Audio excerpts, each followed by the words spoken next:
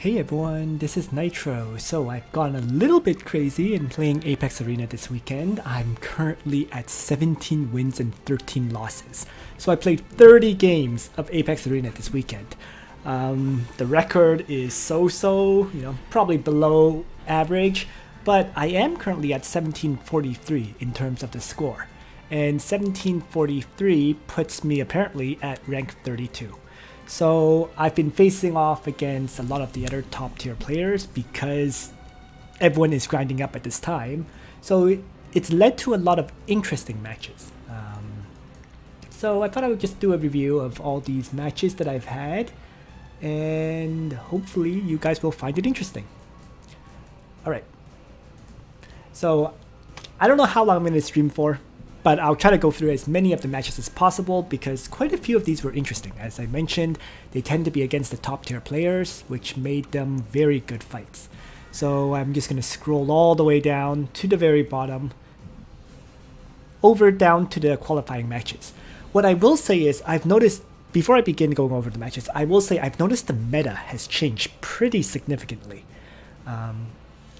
It's led to a lot of unique strategies I've seen, and usually I've been losing to unique strategies, but Arianrhod and Rean have definitely changed things up because they're both high priority bans, and as a result it's led to massive changes. Qualifying matches, I wasn't that experienced with the pick ban of this new meta yet, so I ended up winning 2 and losing 3. First match is one that I managed to win, and during this match, I followed the very standard pick ban, right? Just followed what I did in Season 4, which was ban Jugler, play Landius, right? He banned my Whirr and Listell, whatever, right? And so I banned his Listell and Claret. Very similar ban so far. I play my Iris, and he gets rid of Zerda and Licorice. Right? I had to play a healer at that point because Whirr was banned. So my opponent gets to play Ares right off.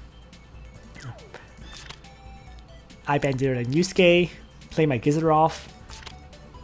I lose Rean and Yusuke now. Like I said, I'm still not sure about the pick ban at this point, so I was doing very questionable moves. And he got to play a Mystery Knight after Ares, 2 high damage dealers. So I get rid of Hiei and Iris. He still has the opportunity to pick healers, that's the thing. Right? And I play Bozel. Omega and Ares are lost now. Very late Ares ban. And he plays Liana, finally. And for whatever reason, I decided to ban Bozel and Deedlit and left Arianrhod for a final pick. Okay, so I play Deedlit. He obviously plays Arianrhod. The pick ban honestly did not make sense. Okay? That's about all I can say about that pick ban. Frankly, I don't even know how I won this, now that I think about it. He had such a superior party. But we'll see, I suppose.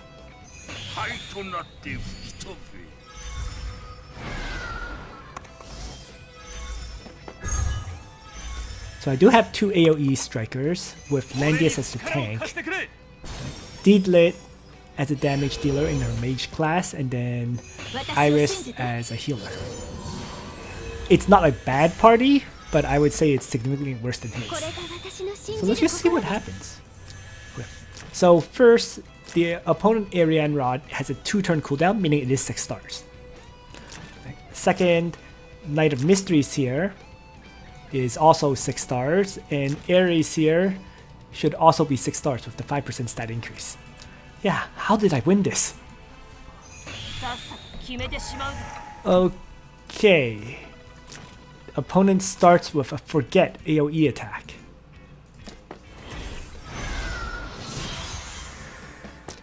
So, I have Deedlit, Sea of Miracles to heal everybody up. Act again.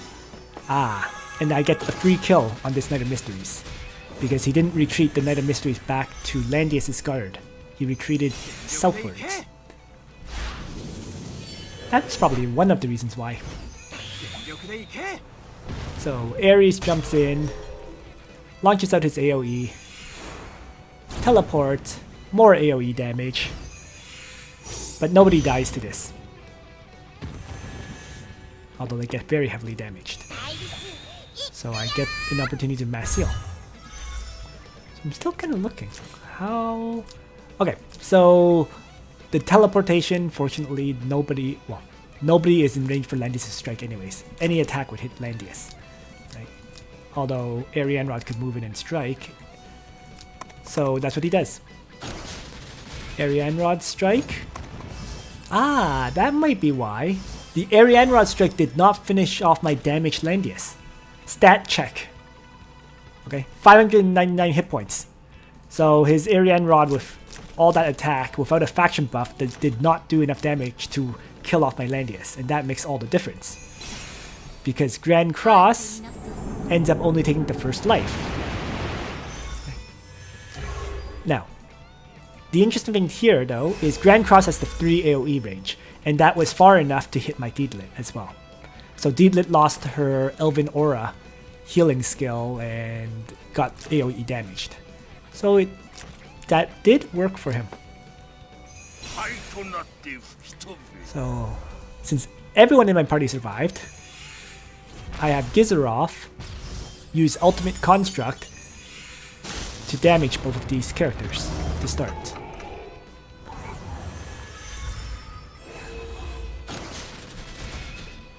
And then Gizerov does a single target strike, which ends up being killing himself. That was actually another stupid thing. I probably should have single target struck Arianrhod. Right? Not sure why I chose to attack Ares there and get my construct killed. Whereas if I attacked Arianrhod, I probably would have lived and killed off Arianrhod, given that she has 364 magic defense. So another big mistake. Oh, I think I know why I did that. Sorry, I take that back. I killed it off on purpose. It was to avoid having Landius come in and attack my Landius and kill him off. My Landius is already down at 1 life. So I decided to suicide that construct, do some damage to both these guys, hopefully stop Ares from killing off someone else, and prevent this Landius from attacking me. Because if I had killed off Arianrhod, then this Landius would get the opportunity to attack my Landius because he would guard. Oh wait, guard got removed. Yeah, that was a stupid move. Okay, let me take that back. Just a terrible play on my part. And I just put Arianrhod to sleep for now. I am making mistakes, but somehow the battle is still kind of playable. So, with this map, with Arianrhod put to sleep, this Landius can't attack me at all. So, using this asleep Arianrhod to help block for me is kind of working out. Ares, unfortunately, had enough hit points to kill off my Deedlit. So, I have Bozo try to AoE attack. I thought I would be able to kill this Arianrhod with the AoE, and it actually lived with 78 hit points. Over and over again, the guys are surviving. Just tiny bits of hit points, but 78. That was truly unexpected to me. Like, I really didn't think Arianrhod with this low magic defense could survive that. But he did, although he's insanely debuffed. Oh. And that's why I won. LuckiRoger ran away. There we go. Debuff hell worked out. Both teams were playing AoE strategies. Somehow I managed to win and he didn't. That was really an awkward battle. So that was the first one. Kind of interesting because I guess I faced off against a lot of the new characters. Even though the pick ban and everything was a mess, it was sort of interesting to see. So that is the first battle, and we will take a look at the next one. And give me a moment, my chat box once again doesn't seem to be working. I just tried, typing in a message, and for whatever reason, it's not showing up. There we go. Okay. So, first battle, a complete mess, but we got to see Arianrhod in action. And the second battle, I think, is another battle where we get to see, this time, Rean in action.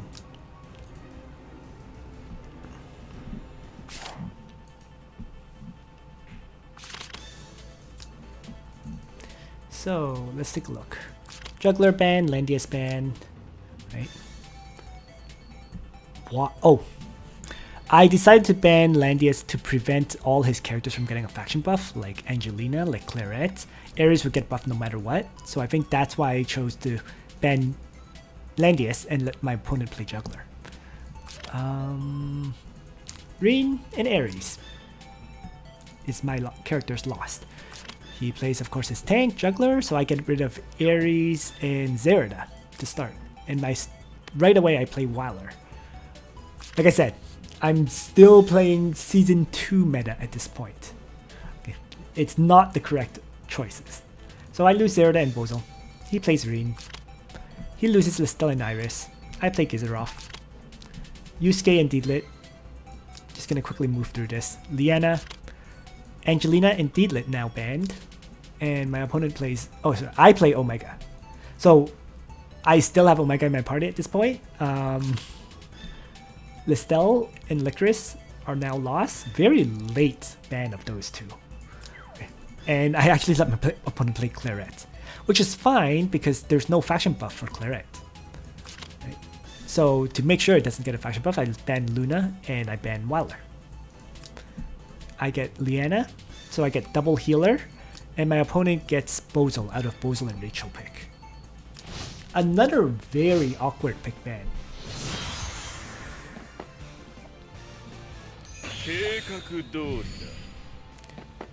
Interestingly enough, he played a summon on Bozel. Weird skill. Oh, Rean. He played the summon on Bozel for Rean's purposes. Right? That way Rean would activate his Spirit Unification buff earlier.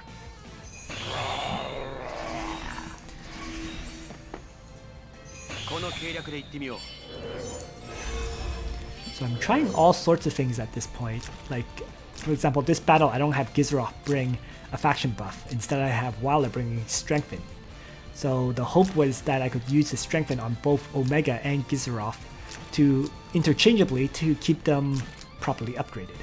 And of course, Liana has Act Again, Gospel, and also a Summon Sky Archer to help dispel the debuffs applied by Rean. So making various adjustments in this fight to try to avoid Rean's powers. I also have Landius with Rout and Peace of Mind. So no faction buffs. Wow. But that's what qualifying matches are for. Experimenting with stuff. So now, drop the construct. And Gospel up Landius. My tank needs to be immune to debuffs, otherwise the burns would destroy his ability to guard.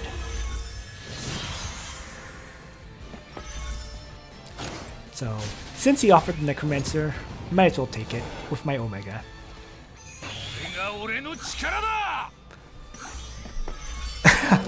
He has the Insidious Pendant.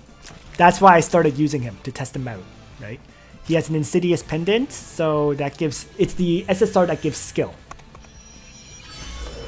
But 533 is still not enough, inherently. Characters like Rean have 336, right?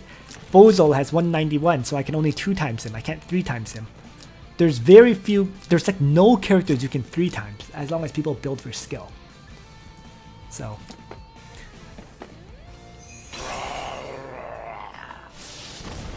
I mean, if you run into someone without skill, by all means, use Omega. But for grinding up, he's not really good anymore. So I'm just holding back, doing my best to keep my characters alive, right? he has Claret with the Gospel buff. So both sides are kind of playing tanky and whatnot. Interesting thing here is he also brought Jugler with faction buff, so no beast shock at all. So I'm just holding back. I mean, there's no reason for me to push in, especially since I do have Omega after all. So Omega can kill off Disposal, for example, since it has sorceresses. I have a chance of killing. Yeah, I think Bozo's the only one I can kill right now. So, but he has to keep his Bozo far back, so less reason for me to push in. Yep, that's what I figured out after a few matches. So, I initially wanted to see if Omega was workable in PvP, and the conclusion was he's not. Alright, so as expected, AngryChicken makes the first move. Sacred Beast him, teleport forward. So I respawn very quickly by tactically retreating to get my character sealed up as well. So unfortunately, I tactically retreated in the wrong spot. He does get to launch out his Termination Slash on the whole party.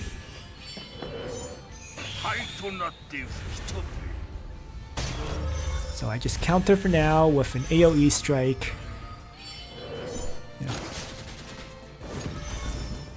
And have one of my constructs attacked Jugler. So just doing what damage I can for now. So the interesting thing there is, let me just pause that for a second. I managed to apply a mobility debuff onto the Jugler. So let me just go back quickly here, right? Before this attack from the construct, he didn't have a mobility debuff, but the construct can apply debuffs. Okay, if you get one of the right buffs, anyways. The buff that I got is Interference Component. After entering battle, apply one random debuff to the enemy. So because I got that debuff, suddenly Jugler cannot guard. And I thought my Landius would have enough damage to kill this Rean, but instead I left it at 427 hit points. That was probably a mistake on my part as well. If I had Landius move further to attack, it might have killed it. But this was only 2 tiles of movement. That was the only direction I could attack from anyways. So I gave it a shot, and unfortunately did not work out. It managed to live with 427 hit points. And I think a huge part of this as well is just my lack of cavalry techs. They weren't fully upgraded yet. So the cavalry techs just didn't support this very well. Omega was good for like season 3. After that, he's very, very questionable. Okay. So yeah. So since he lives, Liana's prayer gets to heal him up and everything. Okay. And I'm desperate, so I suicide my Wilder now to remove debuffs and activate Desperate Prayer on all my characters. He launches out Arcane Gale. Second AoE. And Clocks activates. But he still hasn't moved Rean, so I can still launch out attacks. So, Construct attack number 1. Ultimate Construct. Respawned Construct. A Construct attack. Rean does not die. Once again. So that was 2 Construct strikes with an AoE. Granted, Jugler was around, but Rean doesn't die. I do manage to silence him though, and apply more debuffs onto Jugler. Right? Cannot receive buffs, cannot use passive skills, attack reduction, as well as the mobility debuff. Oh,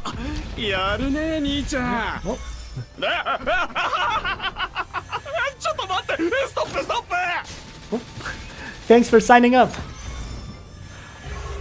Alright. So, enemy attacks my Landius.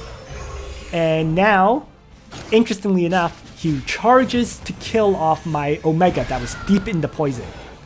So he suicided his Claret to make sure my Omega died. Right? But at this point, unfortunately, I have no real way to win. Even worse, he activated Thorns when I tried to have my Gizroff attack. So Omega was supposed to come charging in to attack my enemies, but with the Claret Suicide Strike, I suddenly couldn't do that.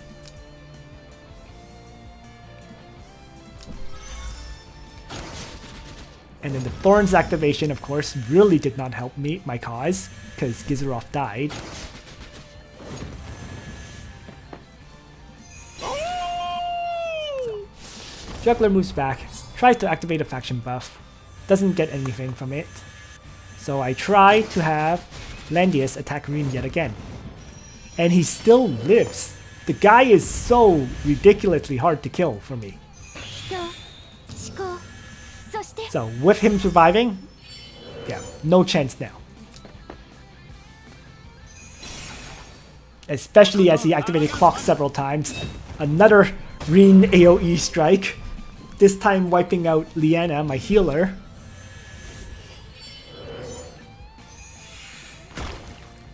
And he even has Reaper's Breath on top of that all. So at this point, what do I have left? Landius and 2 constructs?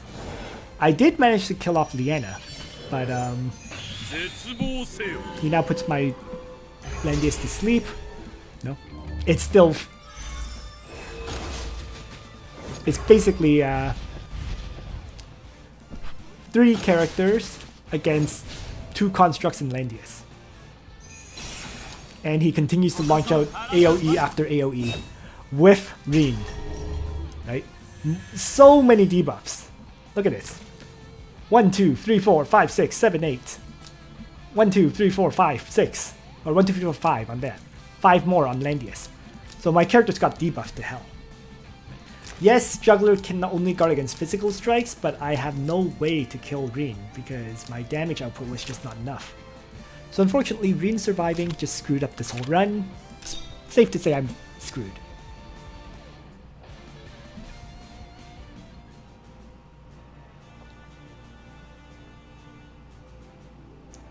On Season 4, once Imelda's 3C is released, Omega can one-hit Jugler even with last rites? No way. No way, no way, no way, no way, no way. Not if your Jugler has like 1000 defense. Omega's attack doesn't get quite that high.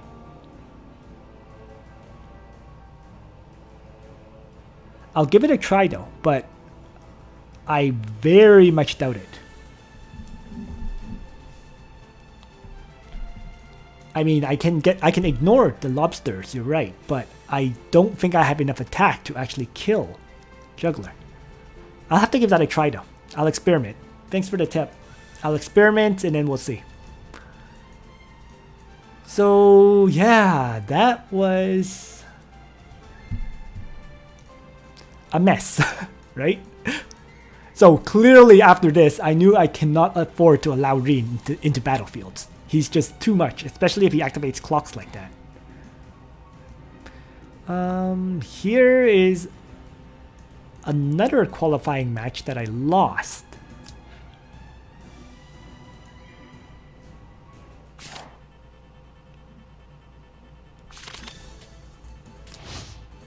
So I'm going to just skip the pick ban because most of the pick bans so far have been kind of messy. As I said, I'm still experimenting. So this one, I think I chose Bozo first. Sorry, I chose Zerida second. Then I threw in a buff for Zerida. So in this case, it was Bozo. And then finally ended up with 2 healers as my last 2 picks. My opponent has Jugler with Claret, once again, with Bozo, Rachel, and Liana, act again. So lots of Gospels and so on. Oh, I remember now. This is an interesting match, okay? The pick ban was much more reasonable here, and this match got kind of interesting.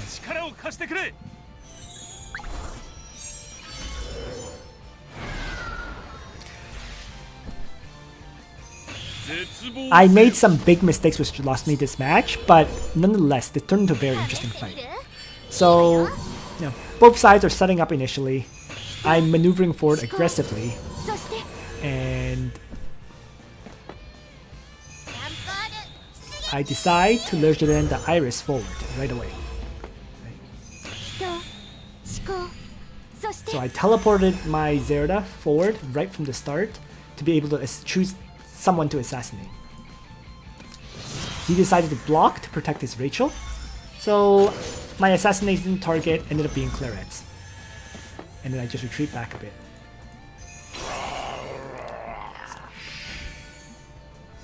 So with that assassination, Zerda gets to retreat far enough that he's actually out of range of both Bozol and Rachel. So it ended up being a very good choice there. So to counter, my opponent has Jugler teleport all the way here, locking down my Landius and disabling and AoE damaging all my other characters. So right away, I try to put Jugler to sleep. It was not to put him to sleep, but to remove buffs. Okay. I knew he had immunity from the Gospel, but Bozol's sleep does dispel 3 buffs. And I got pretty lucky here. The 3 buffs that got dispelled included his cannot move effect. So all my characters can move again. So this should have been a winning action at this point, right? But we'll see why it wasn't.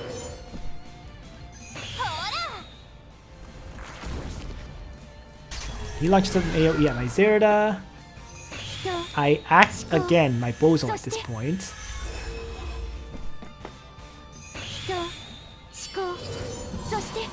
And then I have Bozol single target strike. Whoa. Thanks, wow. Thank you, Channel Surfer. Yeah. So at this point, what happened was that single target strike on Jugler knocked him down to 11,000 hit points, 65% hit points, 10% hit points of the lobsters. Very much a very, very weakened Jugler at this point. Right? And then I have my Landius charge forward and route the Liana out of the way as well. So things are... the battle is kind of going crazy. Things are happening left and right. He launches an AoE, Black Hole, manages to silence my Bozol, and damage a lot of my other characters. And this is where I make a big mistake, I think. I probably had an opportunity to kill this Jugler at this point. Okay? But instead, I summon Sky Archer here and attack this Rachel. So Rachel gets to wrap around, attack my Liana, and heal up this Jugler a bunch. So now the Jugler is at 90 hit points and 42 hit points on the Lobster Behemoths. I no longer have a chance to kill it. I think part of the reason why I did that was because I wanted to try to heal up my Bozol to full hit points, so the sorcerers were at full hit points before I attack. But because this Rachel had the Breeze effect, it could actually move all the way around, attack, and heal up Jugler. So big miscalculation here. Big one. So with that, I do my best. I try to heal up. And in retaliation, he just quickly launches the Beast Shock attack on my Bozol and kills off Bozol. Like I said, big mistake there. 2 mistakes in a row. I should have let Liana die, frankly. And sent Bozol, let's say, sent Bozol to finish off Liana, who is stunned. There were so many actions I could have done rather than having Tiara's heal here. You know, Bozol. Oh no, Bozol was slowed. Ah. Okay, no. Alright, fine. Bozol was slowed, so he couldn't do what I wanted. Well, in any case though, Bozol died before getting to attack. And now there's 4 characters against 4. So at this point, I do have the opportunity to kill off Liana with my Landius. And once again, I play like an idiot. Instead of killing Liana, I attack this Bozo. And so he gets to dispel and heal.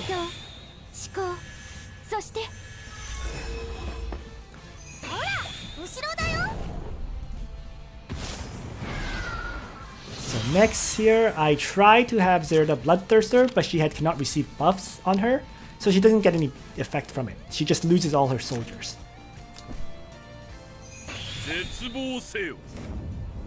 Next, the enemy makes arguably what a mistake, launching out an AoE at my healers.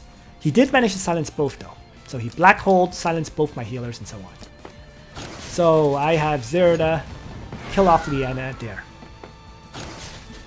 And now my Liana dies to the enemy Jugler. So I now run away very quickly, trying to escape with my Iris. Right? To try to force him to split up. Right? And in the meantime, Landius just wipes out that Sky Archer. So it's still 3-on-3.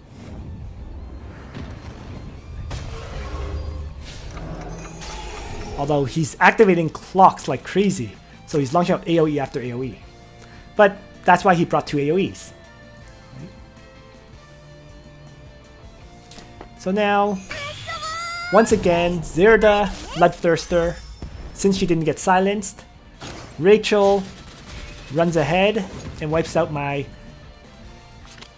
Iris. So that was unescapable because he activated Breeze. Unfortunately. If he didn't activate Breeze, he would have been stuck to here, let's say, and then I could have run, let's say, Iris up here or down there, and he wouldn't have been able to reach me. But since he activated Breeze, Iris was screwed. So, some bad luck there. But that's part of how Apex plays nowadays. Luck plays a factor. It's a fact of life here. So he's guarding. I respond with Zerda assassinating Bozel in melee range. Still 2v2. Jugler strike. Landius guards. And he activates Gospel on his Rachel. And this is where I make yet another fatal mistake. Once again, he activates Breeze on his Rachel. Okay? And I wasn't paying attention, so he's able to have Rachel attack my Zerda. Game over. So that was the fatal mistake at that point. You know. It really didn't help that he kept activating Breeze buffs, right? Getting to attack over and over again. You know, Iris should have lived. You know, if I probably should have moved my Zerda over here to be protected in this case. But, yeah. So, that final move of retreating all the way up into the corner got me screwed. Okay. So, it's too bad, you know. There's, nonetheless, very interesting match overall, you know. Like, very quickly, our lines engaged, and then our tanks ended up away from our party. So, the battle turned into kind of a trading of characters and so on. Well, in this game, it really was the counter. But it's not like Apt2U is a bad player. He is a very good one. If I take a look in the rankings, Apt2U is in the top... He's in the top 100. Scrolling down. There he is. Number 55, Apt2U. So, like I said, he's not a bad player at all, you know. Luck has an element in Apex Arena. It's just a fact of life. And then the match against ErwinLiana, I'm just going to skip. He has Swordsmith everybody. Okay, I'll quickly show it. But I ran the same basic party strategy, same pick ban strategy, more or less. I'm not going to skip it. I'll quickly go through it. So basically, I played Zerda second, then Whirr, then Ares, and then a Yusuke here. And he played a very AoE based strategy with Ares. Ares, Licorice, Bozal, and Sophia. Right? So I was thinking that I would be able to have Zerda assassinate Sophia. Right? Pretty normal. Have backstab on her, assassinate Sophia, get rid of that healer, and then away we go. Right? Then I take a look at his Sophia, and it has a skill increase. There's only 2 items that increase skill. Okay, the first one that increases skill is the Overlord's badge. The second one that increases skill is the Swordsmith medal, which provides immunity to silencing and immunity to fixed damage. Take a guess which one Sophia has. Right? So right from there, I knew he had a Swordsmith medal on the Sophia. And I was just like, oh crap, I have no way to kill it now. So, battle over. So actually, he has a lot of Swordsmith medals. There's a Swordsmith medal on Sophia, there's a Swordsmith medal on Bozal, there's a Swordsmith medal, I think, on Landius as well. And then Licorice and Ares, who don't. So, yeah.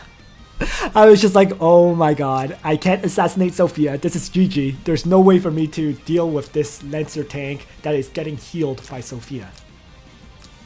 So, not gonna play it out. I just got screwed because I couldn't kill anyone.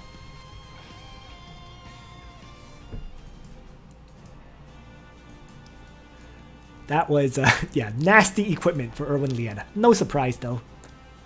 He puts money into the game, so you know, he has a lot of Swordsmith medals. More power to him. So this is a battle where I still allowed Rean, for whatever reason, but managed to win. I'm guessing clocks didn't activate anywhere as much. So I banned Jugler, Landius, Listell, you know what, I'm just going to quickly click through this just to show the pick order. You know, so his party ended up being a late pick Whirr, Hiei, Rean, Bozal, and Landius. No, very lacking in a faction buff in that sense, okay, which is what I very often try to go for.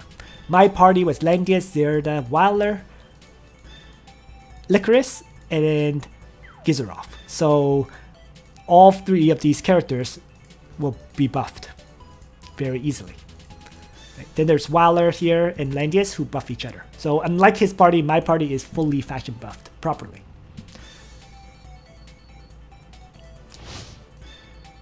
Well, that kind of explains why I won this, I'm sure.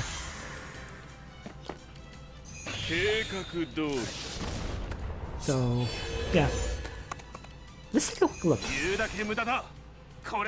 What he has is Whirr with Regroup, High Stakes, and Tactical Retreat. Hiei, of course, nasty character. Another nasty character in Rean. And then Landius. Bozal has his own faction buff and 2 AoE strikes.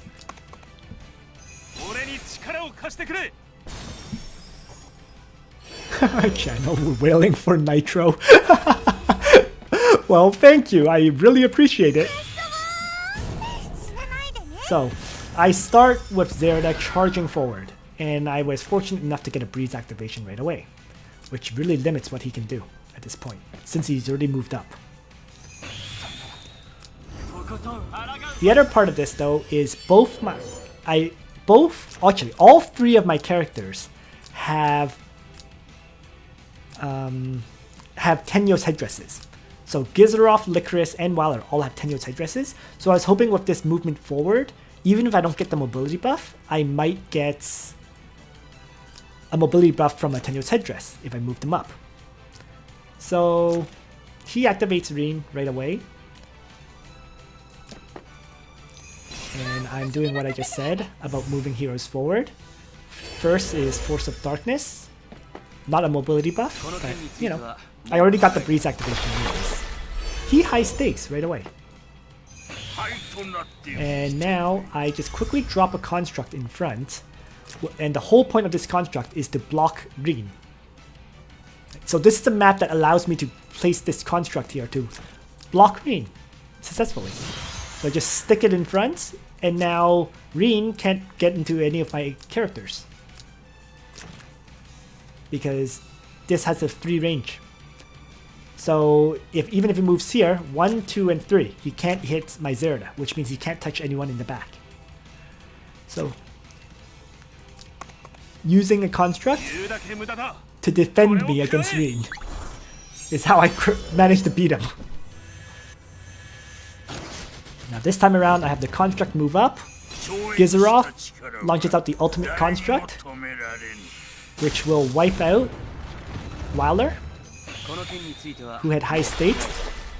He reactivates high stakes, but now he's dead. And then the ultimate construct moves back to keep Rean out of the fight. He starts moving characters back, and you know what? I'm okay with that. Because I need to wait for his Whirr buff to expire. So I'm just using the construct in the center of the map to completely block Rean from attacking. Right? Although I've now moved Landius up. So he gets to start with an Earthquake AoE due to that careless Landius maneuver forward. And now I have Zerda move back and Bloodthirster. So that was lucky. I didn't get silenced by Bozal. But then he used Earthquake instead of Black Hole. So now, interestingly enough, this Rean had a larger AoE than I thought. Right? It hits the ultimate construct. It went 1 tile, 2 tiles, 3 tiles, 4 tiles, 5 tiles. So the 5 tile radius is because this Rean has Balanced Blade. That Balanced Blade gave it the 1 extra range, which allowed it to hit both my Licorice and my Gizaroth with the burn effects. So that was not expected for me. But I'm okay with that, because after all, Whirr can now activate high stakes to clear those debuffs. The unfortunate thing is I screwed up. I didn't check what debuffs I had. So by not checking what debuffs I had, 2 of my characters ended up not getting Whirr's buff. Okay. Landius didn't get it. Licorice didn't get it. Right? They did not get the Desperate Prayer because they cannot receive buffs. So what I should have done there was try to have Licorice activate her Dark Despair first. Right? Try to dispel 1 debuff and hope that it was but it is what it is. Or I should have used, let's say, Whirr's Dispel to remove 3 debuffs first. So made a bit of a mistake there. But I was at a pretty big advantage at this point. I did follow up with Licorice, launching Dark Despair to heal up and set up some protection tiles rather than attack tiles. So he's continuing to AoE debuff me like crazy. I follow up with my own AoE from Gizaroth, followed by a single target strike from the construct. I was hoping to kill Rean. Didn't quite get it. Rean aggressively launching out AoEs, and now he just gives up. Right? He's not killing anyone, he's used up all his AoEs. Battle is over, and Zerda is waiting to attack. So the construct in the center very quickly won me that match. That was more Gizaroth showing off his powers, especially on maps like this, than anything else. Next is going to be a short video. So now I'm going to show more, I guess, more interesting battles. The first bunch were more me practicing, me learning. And then this one was a short but interesting battle against Newbie. And the interesting factor of Newbie's box is how offensively oriented he is. The meta change with this season has been, there's a lot more variety in parties now. Okay? Take a look at Newbie's box. It's full offense. Okay, Luna, Ares, Iris, Leon, Claret, right? Toguro brothers. There's Yusuke, Diglett, Tieris, There's Jugler and Langrisser at the 2 tanks. Also Imelda, Sonya, Hiei, and the new Rosalia. Tons of characters who get high mobility, right? Rosalia has 11. Toguro Bros have what? 8 movement with 2 range. Claret, of course, has 10 movement. Luna can move movement buff. Ares has 5 plus 4. Right? Dehalt can move 3 and 3. Leon can move 8. Sonya can move 8. So this is like a full high mobility party. And supporting it as well is Tiaris, right? Attack blessing. Sorry, Tiaris with attack blessing. Iris with the 4 teleport forward. Imelda with Queen's Whip.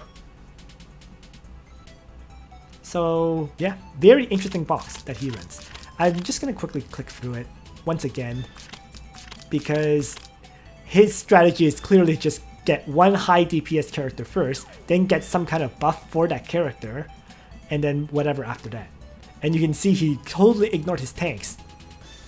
Right? Yusuke, Dehalt, Imelda, Sonya. And then Landius, finally. A tank at the end. On my side, I have Jugler, Whirr, Dehalt, Bozel, and Liana.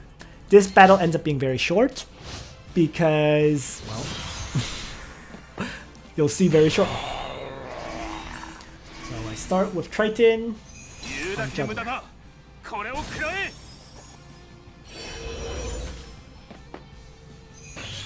Next, I Gospel up my Jugler to make him tanky.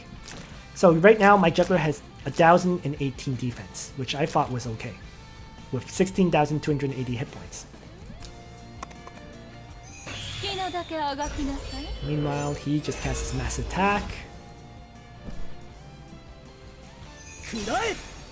Demon Domination. Just starts activating various skills, of course. And Dehalt uses Sea of Miracles, so that would add 15% damage to Sonya, I think. Right? So right now, Sonya has the attack buff. It has damage dealt plus 15%. Right? And that's it. So, Sonya comes up, activates Strike. So at this point, it's, as I said, plus 20% attack and plus 15% damage dealt. Oh, and I suppose plus 10% skill damage from the Fury of Tyr. So not too many buffs. 1404 attack. In she comes. Chaos Helix for 3C. No fixed damage on me. 1916 attack. Actually one-shotted my Jugler. So a 1400 attack Sonya can actually one-shot Jugler. I really didn't expect that. And yeah, with Jugler killed right there, I was screwed.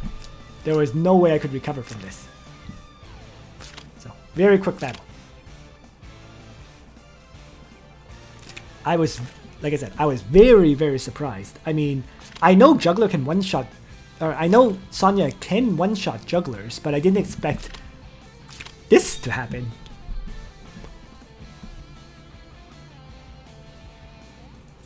And the other part of this is the fact that my Jugler, it's not like my Jugler is weak either.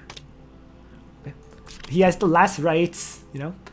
I thought that, 15% hit points, 6% defense, 10% defense, 12% hit points, 7% defense, 5% hit points, and then Oath of Justice with 5% hit points and 3% defense would be enough, but clearly not. I don't know what the solution is, unless unless I get like 15% defense, 15% hit points, but those kind of rolls are almost impossible to get. So, very quickly took down my Jugler. Gonna have to think about this. So you can kind of see the meta for this season is kind of like tanks now struggle to survive, especially against top level players. Especially Jugler, I should say. So, yeah. Tanks no longer are... Survival tanks are no longer viable. So that was a quick and nasty fight.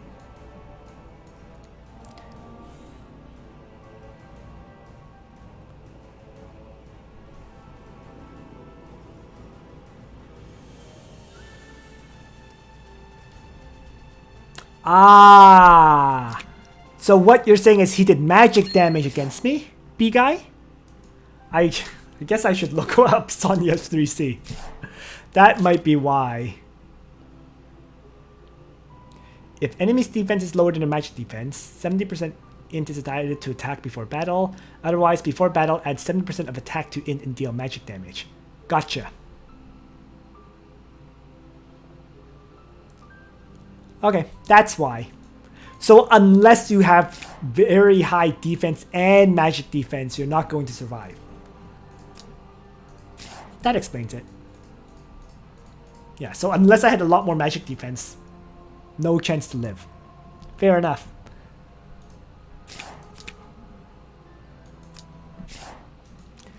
Oh boy, I don't want to re-roll. You know, that actually drives me crazy because, for example, I was re-rolling hundreds of SSR scrolls on Jugler. And then when I run out of SSR scrolls and I started rolling on other characters, that's when I get the rolls I wanted. For example, Sonya's Tenyo's headdress. Look at this. This is the roll I literally got this right after I rolled Thorns and Chance. And she got 12% hit points, 13% magic defense, and 10% defense. I was swearing so much when I saw this. And then similarly, another day I was rolling, once again, Jugler and Chance, ran out, decided to start rolling Arianrhod and Chance at that point. And then of course Arianrhod gets a 15% hit points, 15% magic defense, 6% defense roll.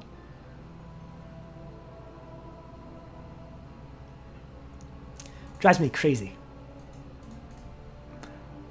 So those super tank rolls, I'm getting them just on the wrong gear. But I think that's the case for everybody.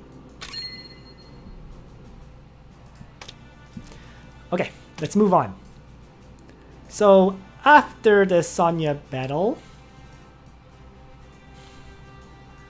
what was next? Ah, the Listell Seal battle.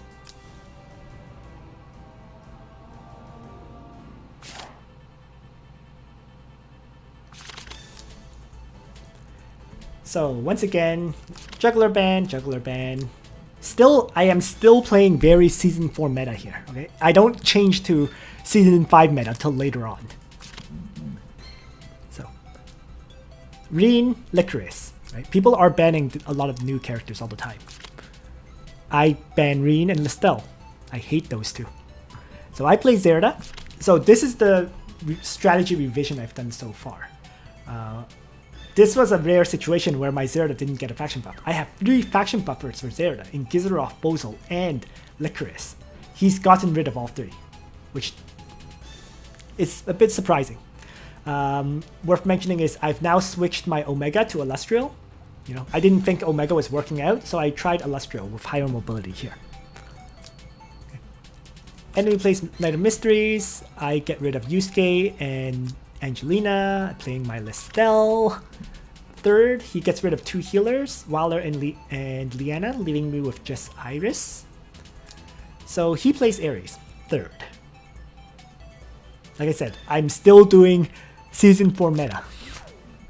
I get rid of Zerda and Iris now, forcing him to choose a healer, and I play my own Iris. I lose Ares and Dehalt. Not sure why I'm not playing Ares, honestly. But yeah, that was a very late Ares ban. Enemy plays Liana. Oh, I know why. I had to pick a healer. So I get rid of Bozel and Dehalt now, leaving him just Imelda or Licorice as the final characters. And I play Illustrial rather than Yusuke. That was a little bit of a tough choice. I just wasn't sure. Looking at this now, I think I chose it because Liana has Gospel. So I was like, you know what? If Yusuke cannot be healed on the enemy tank, there's no reason to play him. So let's pick Illustrial. And my opponent plays Licorice.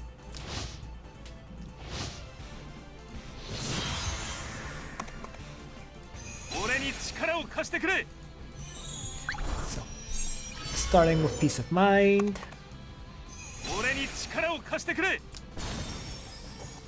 The thing, in hindsight though, the thing is, if I played Yusuke, Iris would get buffed by Yusuke.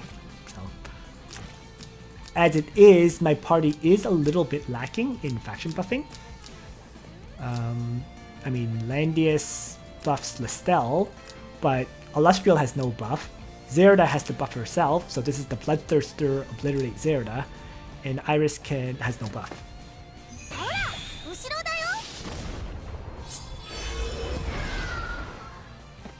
Sadly, Zerda activates Breeze on the first turn.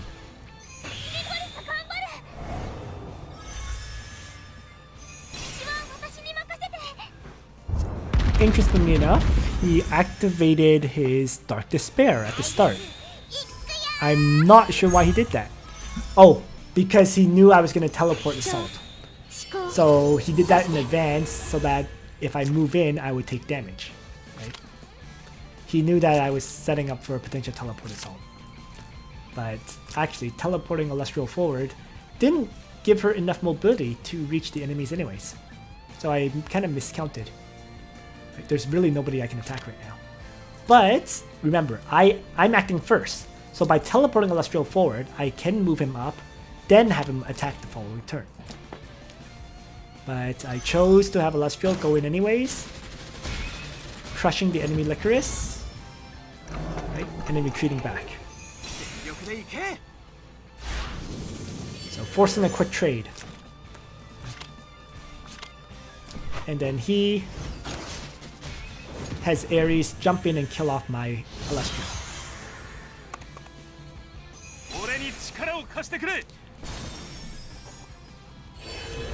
So, Licorice appears, Licorice disappears. Alright, so AoE attack with the Knight of Mysteries. I just heal up in response. Thunder Zone inherently doesn't do all that much in my opinion. I mean, if you have an AoE team, it's great, but it's quite healable. So this is where I probably make another mistake, right? I had Zerda positioned below, like this. This reduced the number of tiles I could attack. Oh, I had to do that because, sorry, I had to do that because of Landius.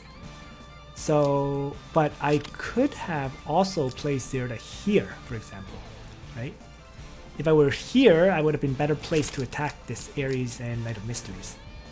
Oh well. Like I said, kind of a bad choice. I think the best option would have been over here to move up, but it would have been 1, 2, 3, 4. Sorry, 1 tile, 2 tiles, 3 tiles, 4 tiles up to here. If I was back here, it would be 1 tile, 2 tiles, 3 tiles, 4 tiles, 5 tiles. 2, 3, 4. So actually, it's the same distance. Oh well. So it wouldn't have made a difference. So I guess this was the best possible position that I could place Zerda in.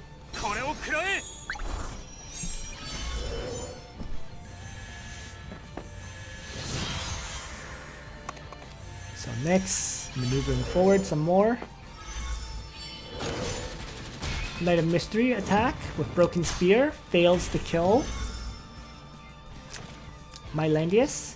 Although my Landius got applied with cannot be healed. And it's a debuff that can't be dispelled, right? So my Landius is screwed. I tried healing him, and he didn't heal, of course. So of all the debuffs that could be applied, I got the worst one. But nonetheless, Listell jumps in, Blood Dance, cannot be healed applied on all the enemies. Although Landius gets to strike and kill off my Landius. So I start taking out targets. Knight of Mysteries first, which was probably a mistake. But I knew I could Mind Bore with Listell and wipe out Ares as well. So with that, both enemies are killed. Listell continues to be super lucky. Double silenced once again. So the first attack, triple silenced. The second attack, double silenced.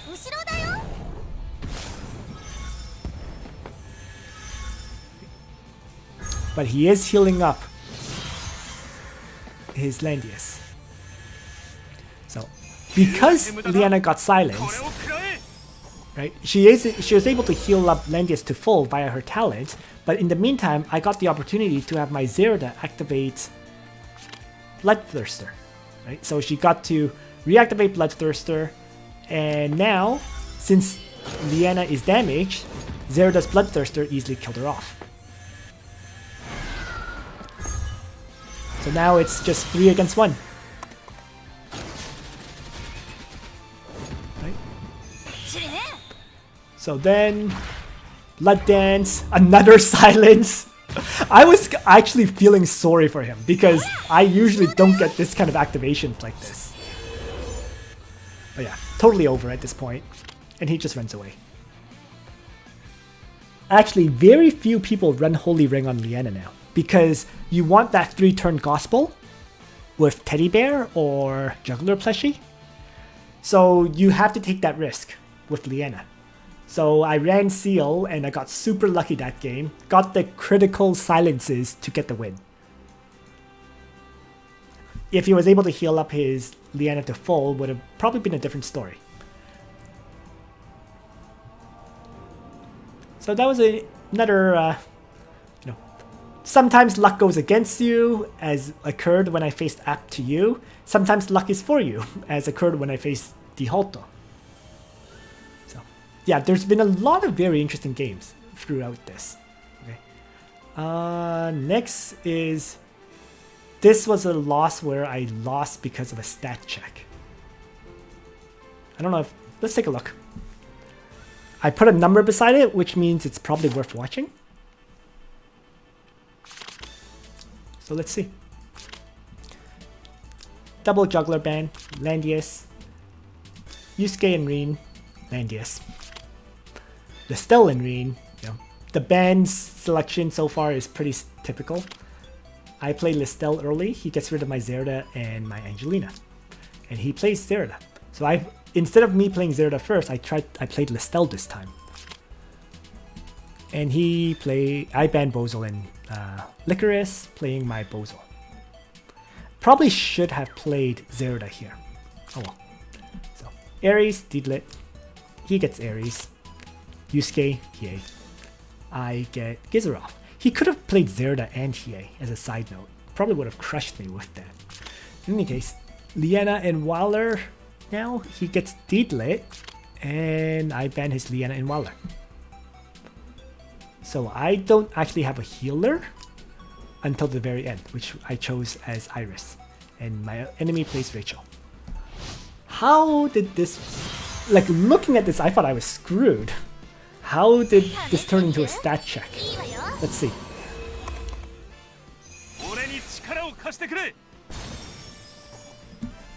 Oh yeah, let's take a look at what kind of Zerda he's using. So, Bloodthirster, faction buffing Zerda.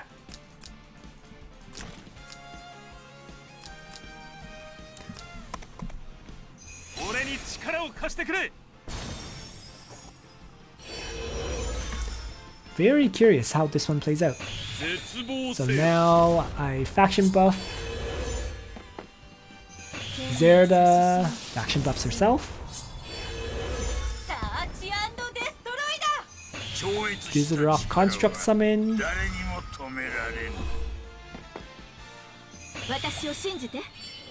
Dehalt gospel herself. So he has a bunch of gospels, right? Rachel has a gospel that lasts 2 turns. Dehalt has a gospel that lasts 2 turns. Zerda is, Zerda buffs herself. Ares has his own kind of Fearless Hurricane buff. Landius buffs himself, and Rachel. Didn't buff up Landius at all, his tank. Interesting. It's not usually what you see, but I think he was very worried about,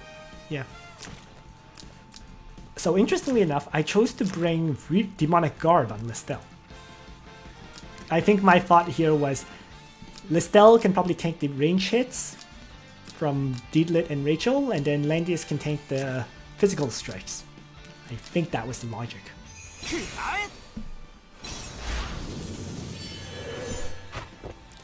In comes Ares, Wind Whisper, AoE damage, teleport everybody, more AoE damage, nobody dies. Which is pretty typical. So, I start with a mass heal. And the teleport unfortunately sucked for me because Landius ended up totally split up from the other characters, right? So Landius is not guarding everyone else. And in any case, Elven Aura, down goes Listell very quickly.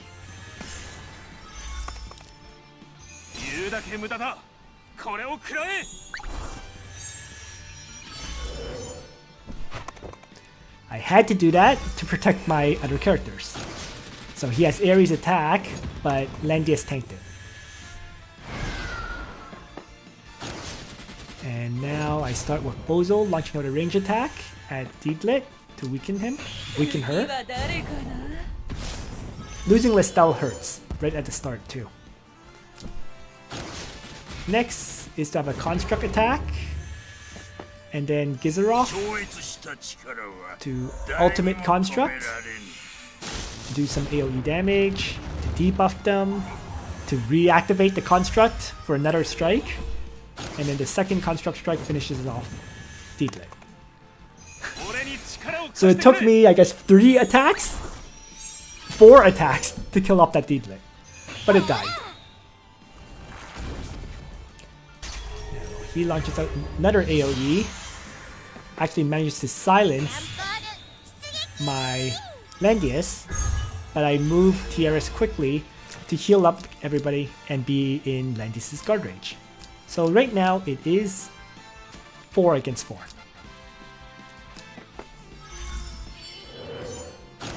Not for long though. Zerda quickly assassinates my Bozo. My Landius finishes off the enemy Ares. The enemy Landius attacks my Landius.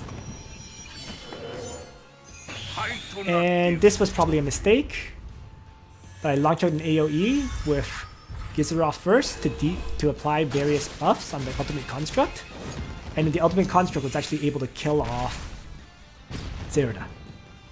So I sacrificed the ultimate construct after the AoE of Gizaroff to kill it. Hindsight, I probably should have attacked from Dehalt, then I could have done some extra damage to Rachel, but wouldn't have mattered. Because what Rachel does is she attacks with Dark Reaper and heals up. Right? So, 2 things. First, actually, Rachel didn't heal up to full, so the ultimate construct damage would have mattered. Too bad. So I made a mistake there. Mispositioned the attack with the ultimate construct. Second, he was lucky enough to get the silence on my Iris. Of the 3 characters who could get silence, Iris was the one who could not, because I was going to use Iris to heal up my Landius.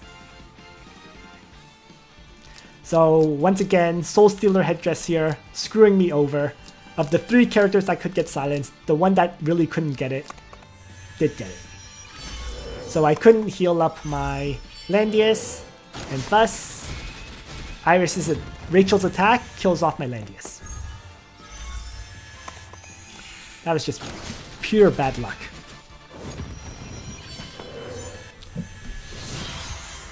And what really gets crazy is this here, okay? Earlier, he activated Dimensional Jewel on this Rachel, right? Well, Rachel, with 16% hit points, with Dimension Jewel, decides to attack my Iris and lives with 145 hit points. And that 145 hit points, with Dark Reaper, healed her up to full. So, what can I say, right? If Iris didn't get silenced, if he didn't activate Dimensional Jewel, all these little factors ended up causing this battle to be a loss. So now it's Rachel and Landius against my Gizaroff, instead of just Landius against me.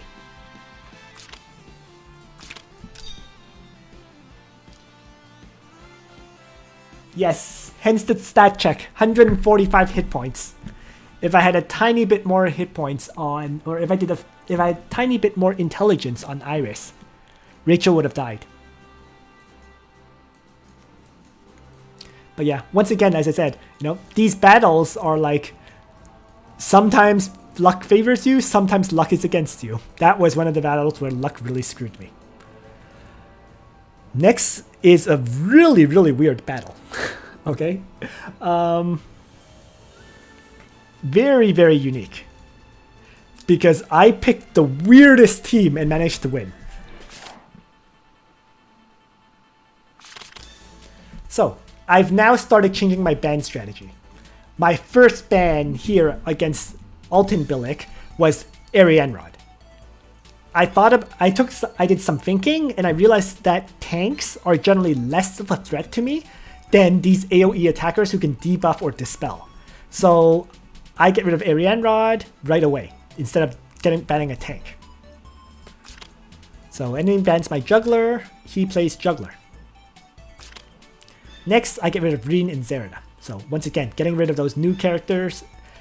I'm letting him pick double tank if he so wishes. I don't even care at this point. Just get rid of the tanks, or just get rid of the AoE attackers is my theory right now. And I play my Landius.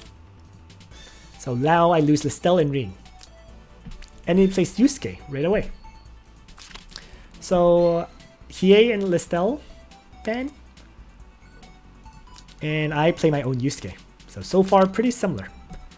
My Gizerov is banned and Deedlit. So Gizerov, the faction buffer for Yusuke, is banned. And yeah. And he plays Deedlit. So Deedlit does benefit from a faction buff from Yusuke. Rene and Liana appear. And I play Liana.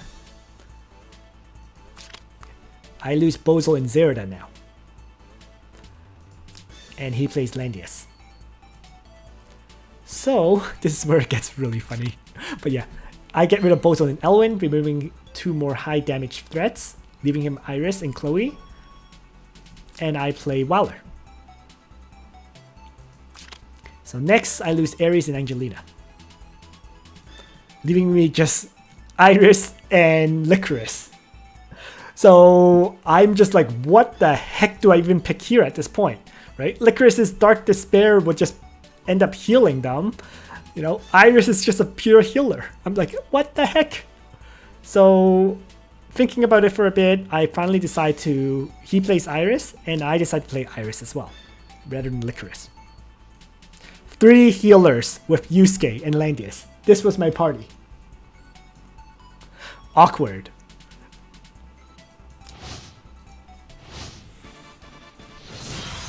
So I'm just like, my whole battle plan has to be based on Yusuke applying Dark Tincture on the enemy.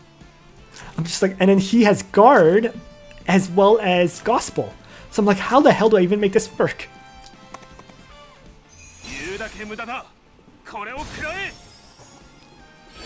So I'm just like, I was like, what the hell do I do now?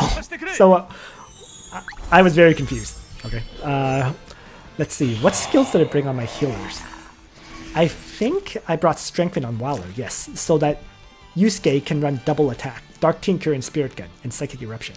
So he doesn't have to bring a faction buff, he's getting Strengthen from Whirr. Right. Liana also has Gospel, Summon Sky Archer, and Act Again.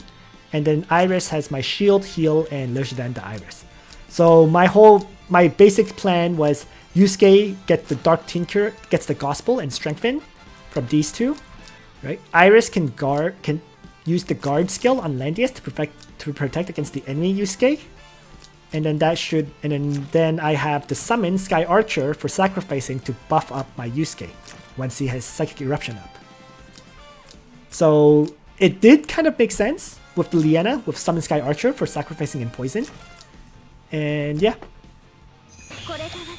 I only have one dedicated healer in other words, and that dedicated healer is just Iris. Right? Liana has no heal spell. Whirr has, I guess, Tactical Retreat and High Stakes, but no regroup. The only healer is Iris's heal.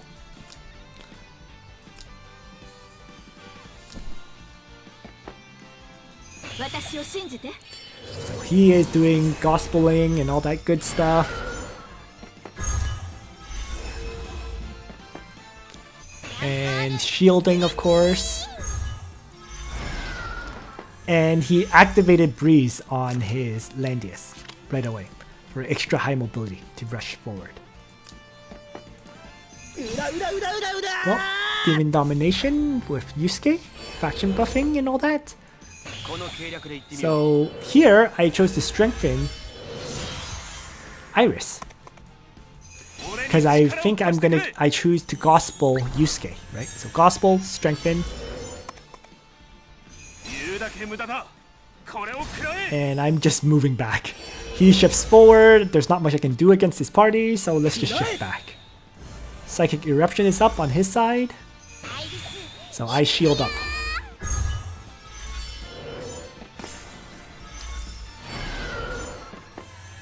And I just start shifting back a bit. So, interesting thing. I did not activate Psychic Eruption on Yusuke. Okay? I thought I could activate it next turn. I felt like he wouldn't charge in right away. So, I didn't activate Psychic Eruption yet. But he did charge in. So, Sacred Beast him. AoE damage. Right? Tank lockdown. So, I tactical retreat right away. Pull my characters back. And unfortunately,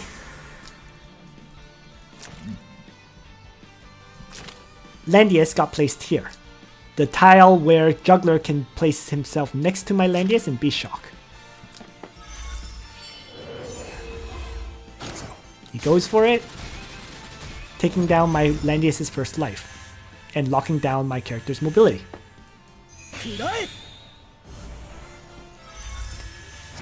Psychic Eruption, finally, a late one.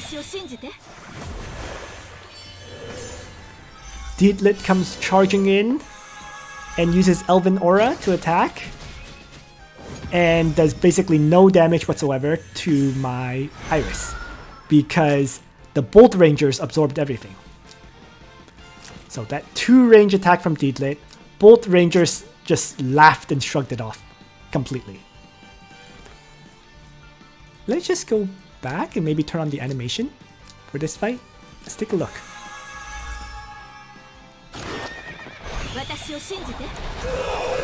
So we see that the Bolt Rangers took everything.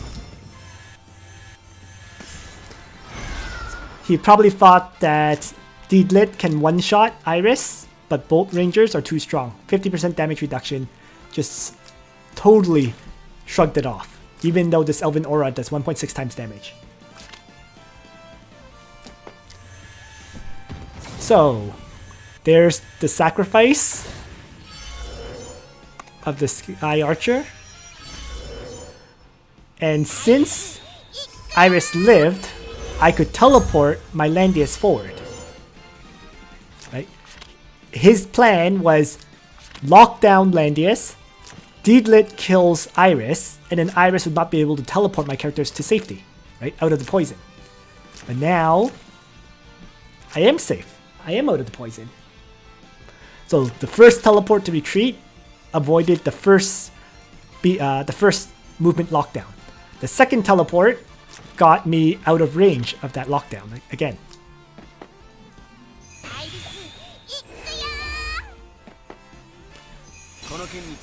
And now, Whirr activates high stakes because he has no more AoE attacks. So I can safely high stakes like this and have everyone be healthy. And now, Landius, single target strike, nearly wipes out Dehalt. Not quite though. If I had moved around a little, probably could have killed her. But, you know, 430 hit points doesn't leave Dehalt very many options.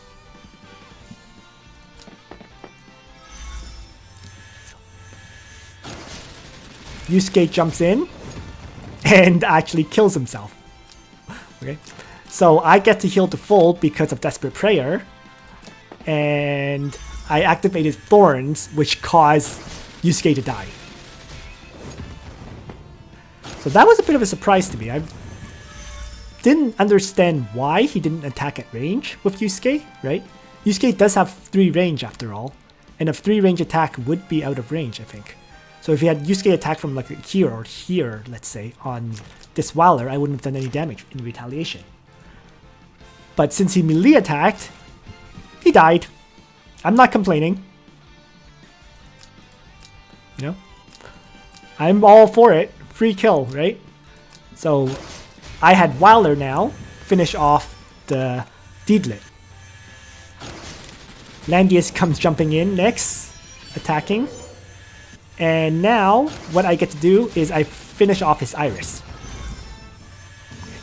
So with that Iris finish, I don't have to move any of my characters. And he has no choice but to move Jugler at this point. So his Jugler is stuck in poison. And so he tries to have Jugler attack. Goodbye, Jugler. And he gives up. So if I didn't, to be fair, at that point, even if I didn't kill Yusuke, I still would have won, right? It would have been Yusuke with Landius against my party of 4 characters. But him suiciding his Yusuke made things even more guaranteed for me to win.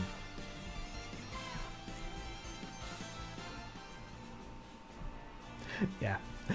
I said this was very unique and interesting because of that. His Jugler died in my poison. And he died in my poison like all the way in the back, right? He died in the... what's it? In the boat. You know? Like, it's ridiculous how far his Jugler advanced. But yeah, his strategy totally collapsed once I was able to use both teleports. So, yeah, 3 healer strategy wins somehow.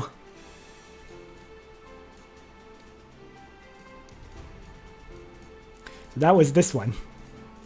Very bizarre. The next battle is against Santichai, and you know, Santichai is very, very high ranked as well, right? Currently 18th, 1801. He's above me, in fact. He lost this match because he made one critical error. Okay. But his box is also interesting. You know, people were saying this is the season of AoE debuff meta, right? But Santichai runs. He also runs a box like Newbie, single targets. So very similar to Newbie's box, right? There is Toguro brothers, there is Sonya, there is Luna, there is Ares, right? Angelina to help move characters forward, Yusuke and Hiei and Iris and Deedlit, right? A lot of characters who can act multiple times, teleporting forward. Yeah. TRS, Liana, Listell, Landius. So it's very single target oriented, rather similar to what you see from Newbie and so on. So Jugler ban. I ban his Jugler, he bans my Landius to start. Single target boxes want to face Jugler in general. So I lose Yusuke and Ares, he plays Ares to start. So TRS and Iris ban, and I play Gizaroff. Nope, no fights against Testarossa this week. Didn't face her, him or her once. So Zerda and Rean banned on my side, and he plays Liana next. Interesting. So I might as well get rid of his tank as well as Sonya, right? And another single target striker, and I play Bozo. So he has no tanks, so I'm trying to play AoE attackers. Gizaroff first, Bozo next, since he banned my Zerda and my Yusuke. So, Whirr and Licorice are banned now. He didn't want to give me the third AoE attacker of Licorice. And he plays Toguro brothers. So I get rid of his Listell, get rid of his Yusuke, and I play my Liana. I was down to 2 healers, Liana and Iris, so I chose to bring Liana for Act again. So now I lose Deedlit and Iris, leaving just Angelina and Listell, and he plays Luna, and after thinking about it, I get rid of his Zerda and Dietlit at the very end, leaving him a choice between Hiei and Listell. And I choose to bring I choose to bring Angelina instead of Listell. Interesting. And he plays Hiei. Yeah, I'm not sure why I didn't choose to bring Listell there. But maybe I thought that my characters were too low mobility, so bringing one mobility character would help.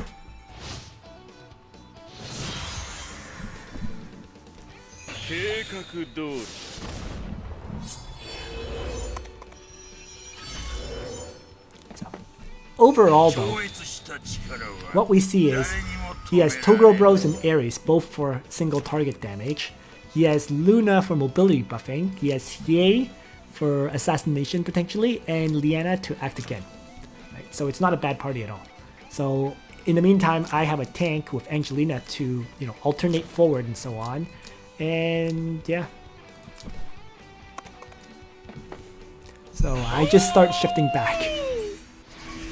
Kinda trying to avoid him.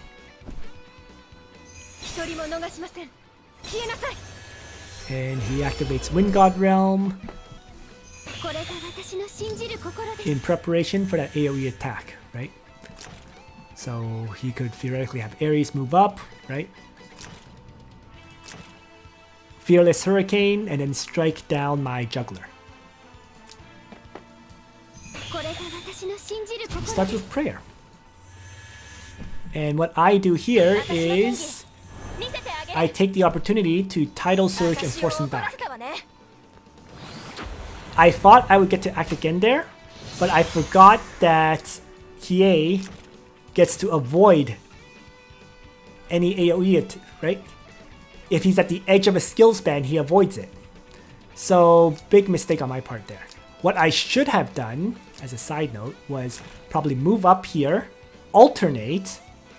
Oh no, wait. I'm looking at this now, and there's no way for me to hit 3 targets to get the act again. Even if I alternated here, let's say. Okay, I move up, I alternate. I get placed here.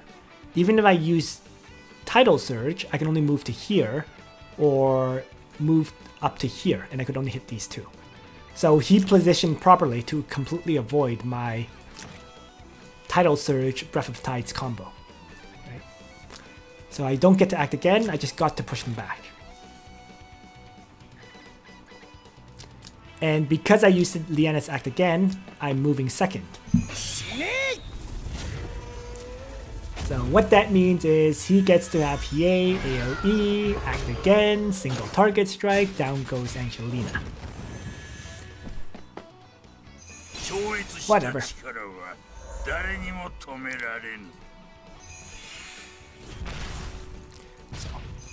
Ultimate Construct.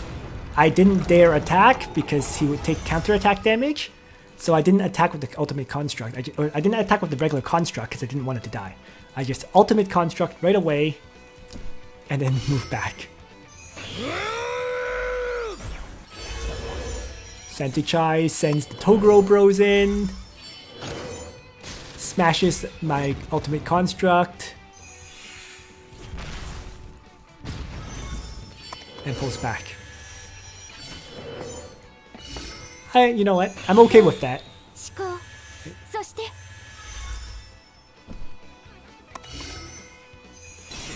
And this is where he makes a mistake. Okay. I'm pretty sure he thought that he would have enough mobility to noble charge attack my Jugler, but he was missing 1. So big miscount on the number of tiles he can move. The pushback of Luna paid off here. And so he has no choice but to just hang back with his Ares. So the sacrifice of Angelina ended up working out for me, because now I have a chance to maybe come back. After Santichai made a mistake, of course. So he's just hanging back now. And because the Toguro Bros buff wore off, down they go. So they're now dramatically weakened, right? With almost no hit points.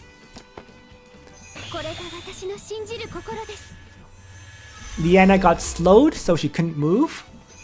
And since I activated +3 mobility on Bozol, I now get the opportunity to charge ahead. So Gizaroth with the Tenyo's headdress provided a +3 mobility buff to Bozol, allowing me to counterattack. Suddenly, Bozol runs like crazy and puts Hiei to sleep. So Luna attacks, but I don't really care. So I just have Jugler quickly finish off that Hiei. Next, I start trying to maneuver characters forward, and Bozol with that +3 mobility gets to take out the Toguro Bros now. So that +3 mobility buff ended up coming at a perfect time. Right. And first, so Hiei quickly falls, then Toguro Brothers falls right after. Because, once again, slowing Liana was clutch, right? Otherwise, Toguro Bros would have gotten healed to full. But since Liana got slowed and had to heal herself, things are working out for me. So now it's actually 4 against 3. Right. After the Ares move and the +3 mobility buff, Santichai is now in serious trouble. Arianrhod definitely favored me in this battle now. So once again, sometimes RNG hates you, sometimes RNG favors you. So in the meantime, I just retreat back, getting everybody into Jugler's guard range.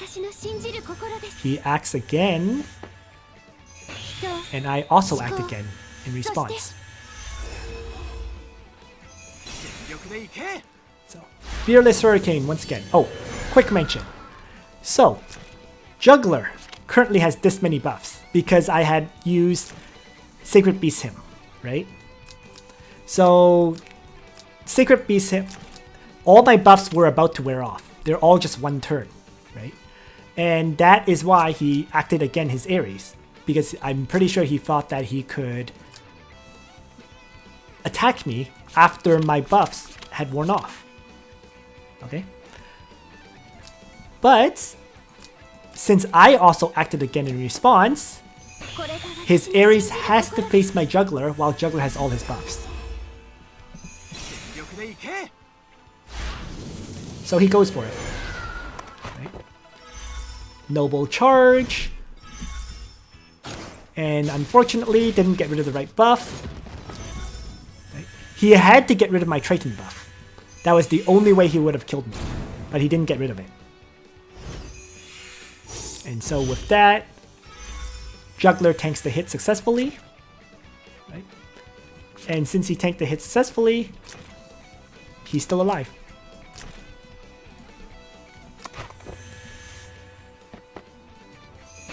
So now what I do is I've run my Jugler away. Right? Totally away. I don't care if he kills off my Gizaroth with Luna. But my goal here was just keep Jugler alive. You're free to attack my Gizaroth.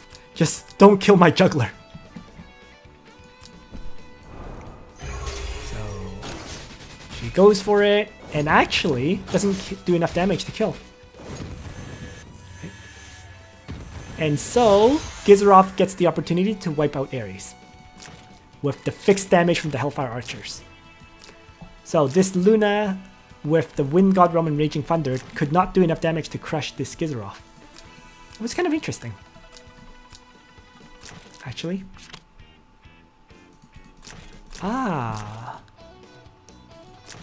For some reason it has very, very low magic defense. 959 is very low for a Luna. Oh, there's no faction buff. That's why. Right. So without a faction buff on this Luna, even it just didn't do enough damage. He was also being very conservative. He didn't use Raging Thunder either. Like, if he'd used Raging Thunder, I probably would have died anyways. But he didn't, so I live. And so, that mistake cost him his Ares.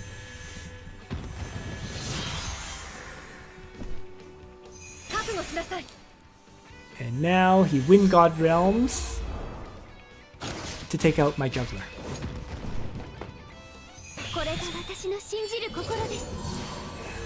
3 against 2.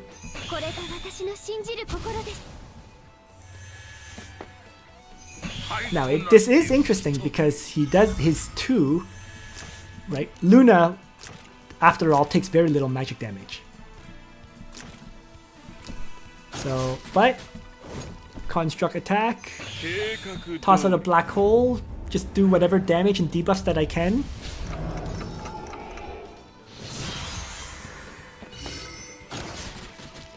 And he has Liana attack my Liana. So he's trying to weaken it and then single target it. So I'm not going to allow that. Construct moves in and strikes his Liana. And then ultimate construct. Gets some AoE damage. Gets to act again with the ultimate construct. One more attack on Liana. So here's the Raging Thunder attack on Bozal. It doesn't do enough damage once again. Right? So Bozal with his high magic, with his Bozal with the sorceresses tank this Luna hit with Raging Thunder. Now, not bringing the faction buff on this Luna is really screwing him over. I think he would have been much better off with a faction buff rather than Raging Thunder. In any case, continue to try to kill Liana. And a black hole. That finishes off Liana. So now it's 3 against Luna.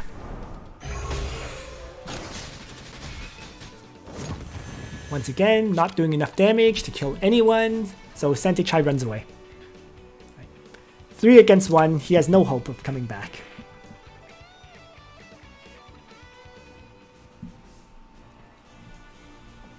Yeah, the big factor that allowed me to win for sure was me getting +3 mobility on Bozal.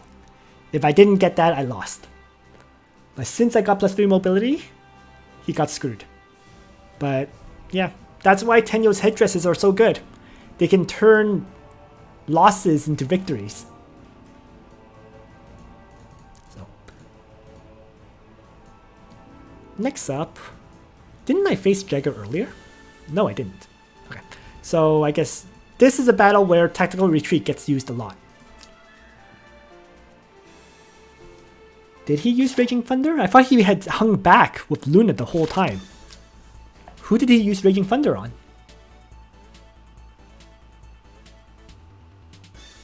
No, in any case. So Jagger's box is Arianrhod equipped. Right? Shafaniel is in here, and Lambda even. So a bunch of AoE attackers with, of course, with Licorice, Bozal, and Gizeroth. So I guess his basic plan was he could faction buff Licorice multiple ways, right? Gizeroth, Bozal. There's also Shafaniel, potentially, so that if Licorice is used, she can always get buffed and not have to bring her own faction buff. Okay. So that's the... And then, of course, Sophia. Sophia is appearing in tons of boxes now, and I actually want to fit her in. But I'm not sure how, right? I already have 3 healers, Iris, Wilder, and Liana. Unless I move, like, all 3 of them are great. It's hard to decide to remove one of those healers. In any case, let's see. So, Arianrhod ban, I play Landius. I lose Ares and Iris right away. Very, very early Iris ban. That's very surprising. He plays Jugler. So, I lose Gizeroth and Licorice now. And I play Zerida. Next, Listell and Angelina are banned. So he removed all my mobility buffs for Zerida, like teleporting her forward, alternating her forward, that kind of stuff. And he plays Listell.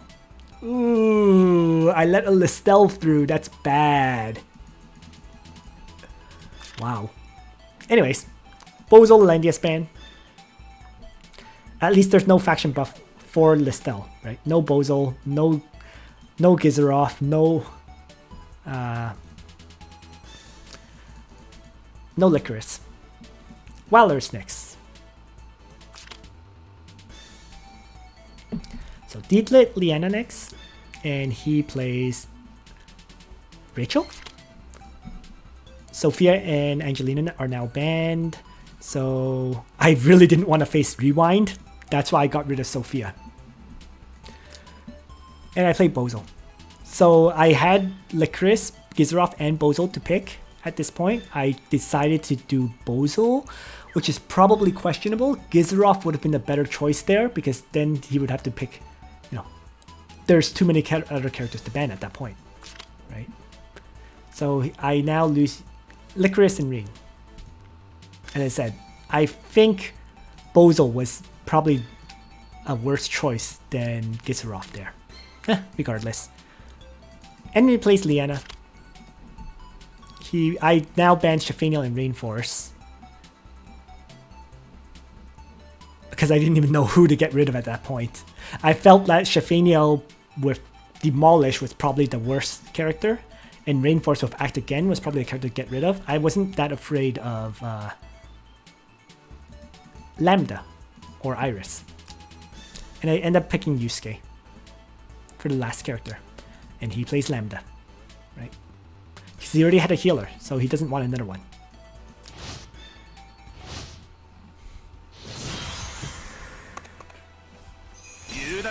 So I swapped my Landius to bring Templar Knights because he didn't really have any physical attackers. The only physical attacker is Jugler, and Jugler goes through the Royal Cavalry anyways. So Templar Knights at least counters all these range attacks if they launch them.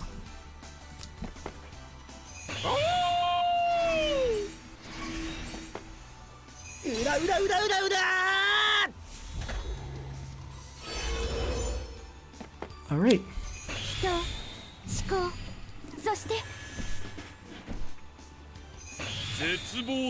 So just activating buffs, hanging back. Right. Zerida here. What? How did I build her? Is she Bloodthirster or is she? Yeah, she's Bloodthirster. But I chose not to activate Bloodthirster on turn 1 because the enemy party is just too far away.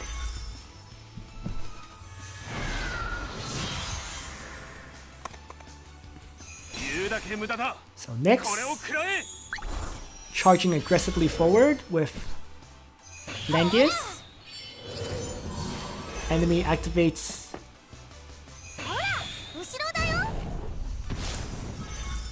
Gospel on Jugler, and then Mind Bore is used on my front 3 characters.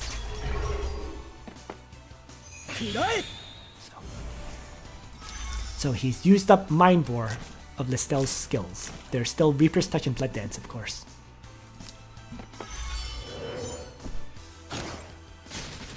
So Bozel is able to range attack. And now he activates Act Again on his Listell. So he's planning to, you know, Blood Dance or Reaper's Touch, as the case may be. So right there, a tactical retreat. And now everybody's in safety. So he's wasted his Act Again. He's pushing in aggressively anyways. Next is to launch out the Jugler AoE. And then he's Reaper's Touches my Yusuke. So, Reaper's Touch is used, Mind Bore is used, which means I can now activate High Stakes. Dispelling everything except for the healing, all healing is turned into damage effect from Reaper's Touch. He still has Blood Dance though, which he uses now.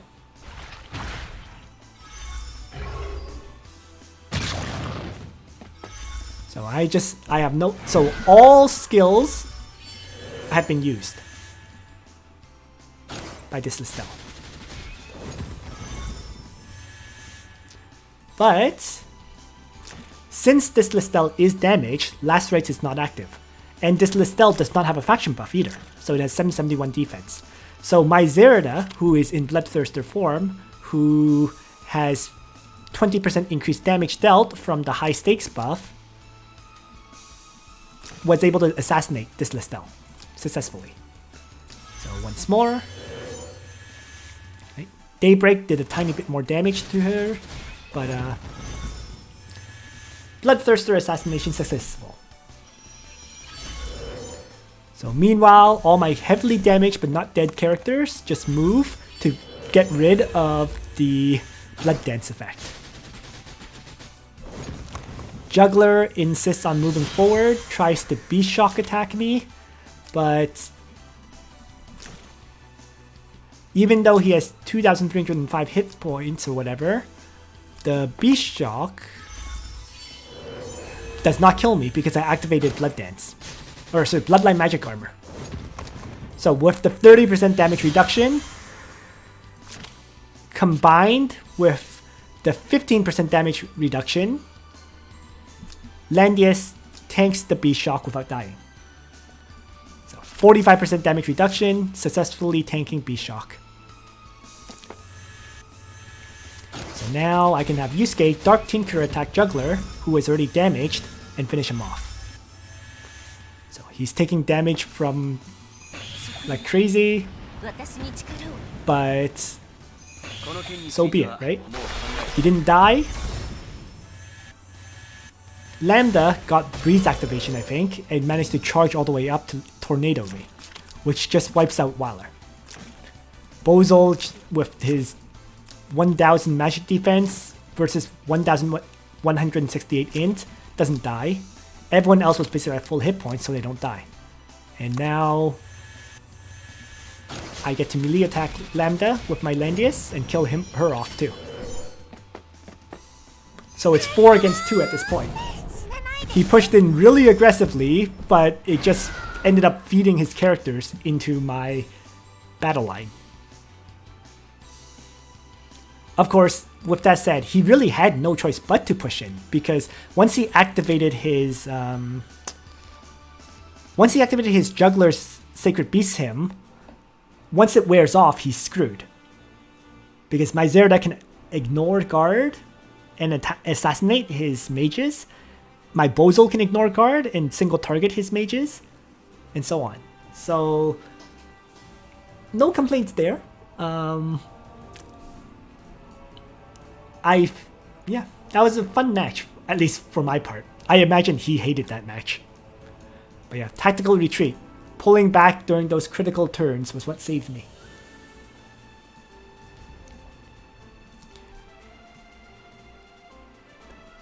Next up is a battle against Jugler, and I think this will be my last battle for this stream, because it's already been, what, an hour and 45 minutes or so? So this has been a pretty long stream.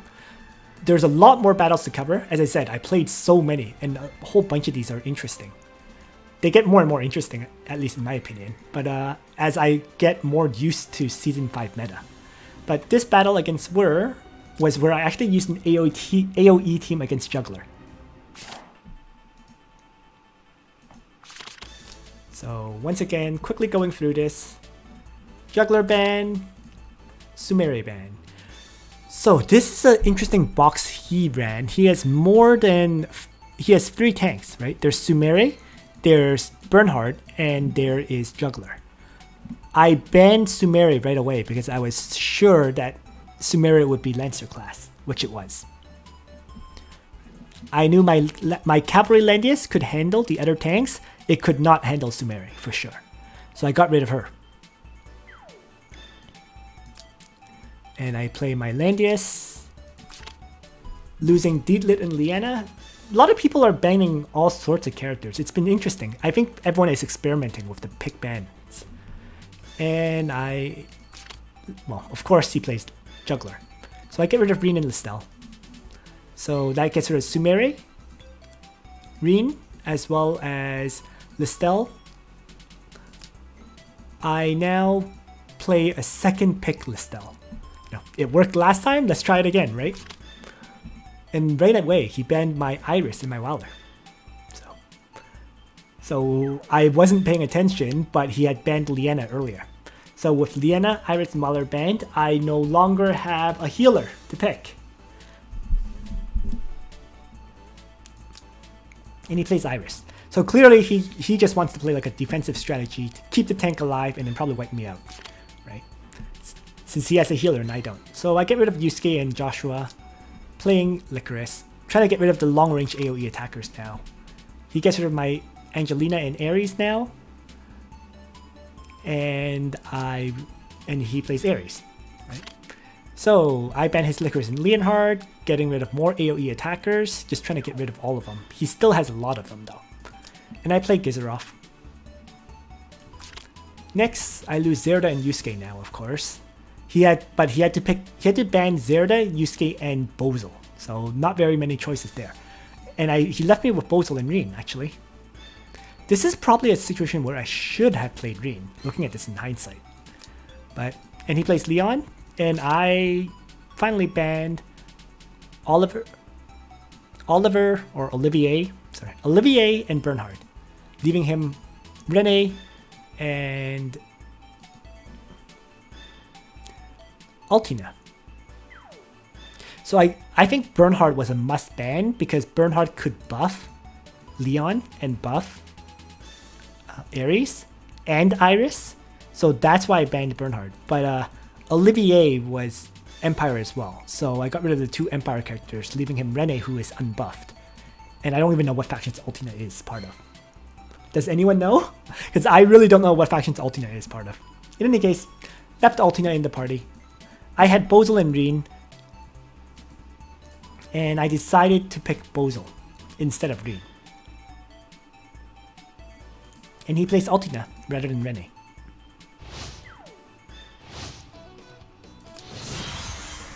So, what I did was I made Licorice here. So Licorice has Dark Despair, Demonic Event, and Dark Dragon's Breath. Surprisingly, I didn't bring Mass Heal on her. I really would have thought I would have brought Dark Despair, Mass Heal, and Demonic Event. So, but anyways, did not. So probably a mistake on my part there. Listell has the 3 skills, Reaper Slash, Blood Death, Mindbore. Bozel is my faction buffer with Sleep and Black Hole. That's probably why I picked Bozel, so that I don't have to make Gizaroff the faction buff.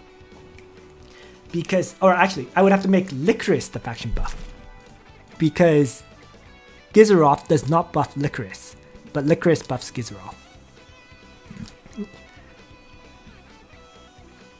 So I think that was the reason that I didn't pick Rean. I picked Bozel, so all 3 could be buffed by Bozel. Otherwise, Rean would need Gizaroff to buff, but then Licorice would not have a faction buff. But yeah, big mistake on my part to not bring Mass Heal here. That would have... Oh well. Empire Meteor time. Good to know. So, taking a look at his party, he probably made a mistake with skills too. If Leon had brought the Empire buff, then his whole party was buffed, right? Leon, as the Empire buffer, would buff Altina, Iris, and Ares. And then Jugler would have no buff, but still. But he didn't bring the faction buff, he brought Chivalry and Blue Dragon Strike and Legion.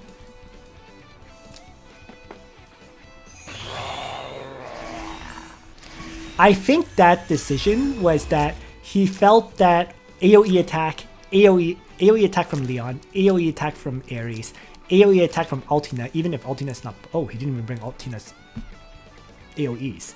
He brought Lightning Strike, Mass Resistance, Shield. I guess he was using Altina as protection against the AoE debuffs. Something like that. Yeah. So he was providing protection against the AoE debuffs, and he has Iris providing Mass Heal to keep everyone debuffed. Right? Or remove debuffs and so on. So, yeah. Let's see how this goes. Ares teleport forward. So he saw an opportunity in me shifting characters back, where I had a few characters exposed. And so he decided to teleport Ares forward so that Ares could move up, then move 4 more tiles to attack them.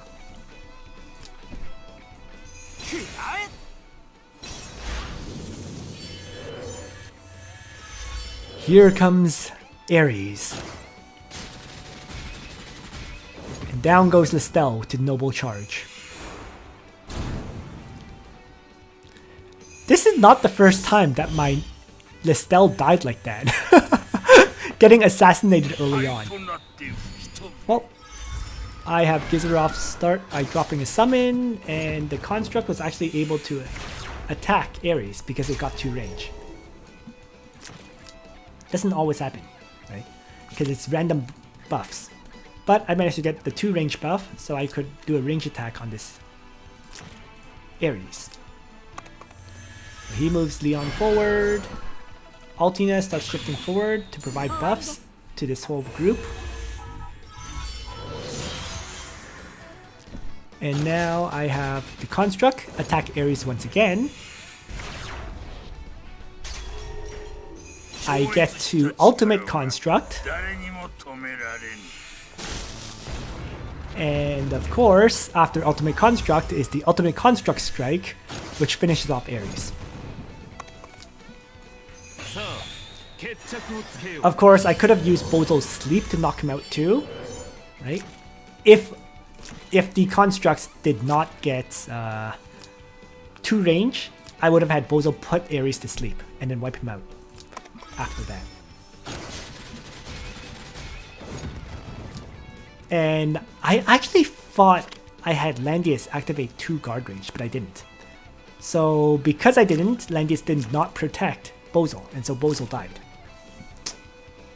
Oh well. So yeah, the reason why he brought Leon the way he was, right? For the AoE strike. But the AoEs did not do as much damage as he thought it would. Everyone lives, right? So once again, taking a look, right? Gizaroff, Licorice both survive. And so I'm able to have Licorice activate Dark Despair, which does damage to the enemies and provides healing to my party. Meanwhile, he's continuing to buff up his Jugler, and I get the opportunity to have my Landius finish off the Leon that got damaged by Licorice. So now, in teleports Jugler. I'm getting the opportunity to wipe out each character one at a time before his next character appears. Once again, this was a situation I'm sure where he thought that he could protect Leon, right? He probably didn't think I could kill Leon that in time. And if I didn't kill, then Jugler's teleport would have guarded it. But since I was able to have Licorice AoE, then Leon strike, I was able to kill it. But still, he teleports in, doing AoE damage to me once again. But he's ignoring the Breath of Life effect, right? Even though I no longer have skills on my Licorice, I still have the Breath of Life healing.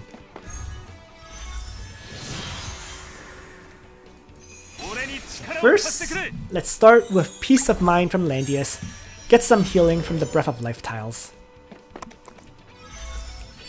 He Beast Shocks. I Bloodline Magic Armor, and I survive with 82 hit points. So, Bloodline Magic Armor, once again kicking in and saving me. If it didn't kick in, Landius would have died. But as it is, he survives with 82 hit points. With that said, with 82 hit points, I can't really heal him up. So first, I Demonic Advance. Then I single target strike Jugler. I'm hoping to apply some kind of extra buff onto my Landius, right? Especially a healing one. Didn't get it though. So Iris gets to kill off my Landius.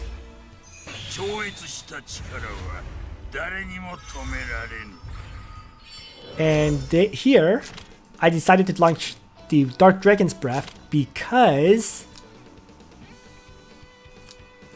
Gizaroff can't move. I couldn't move in to attack him at 2 tiles, so I just decided to apply a debuff on this guy. And the debuff ended up being cannot be healed. Go figure. So now Landius is dead to Altina. It's 2 against 3.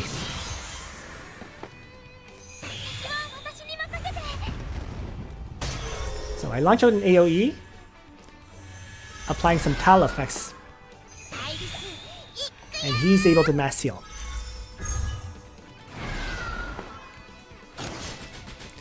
Gizaroff range attack is guarded by Jugler. And the construct attack is also guarded by Jugler. So keep in mind I had no choice but to attack Altina because Jugler still has his Beast Shock effect up. Right? So my characters can't move. So both Ultimate Construct and Gizaroff are locked down right now.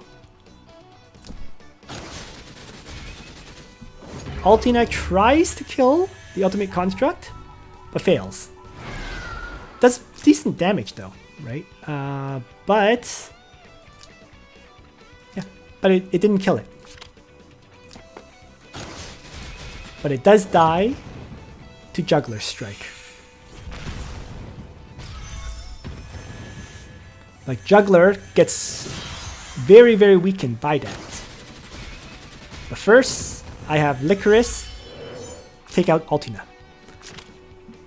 So getting rid of the threats, because Jugler is not much of a threat. He can't attack at this point, right? No Sacred Beast him, no Triton, Beast Shock has been used. I wasn't scared of him. I was scared of Altina. So quickly, Licorice, single target strike, able to take her down, and the Crystal Warlocks, with their 30% soldier hit point healing, heals up a decent amount.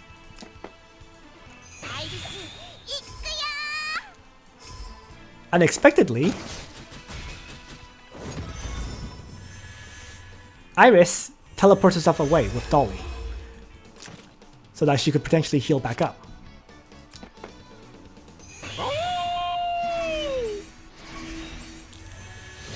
So, and surprisingly, again, I forgot about this, but Jugler had Iris's healing effect and healed up a whole bunch. Fortunately, Jugler did have cannot receive buffs, so he doesn't get the Triton buff for now.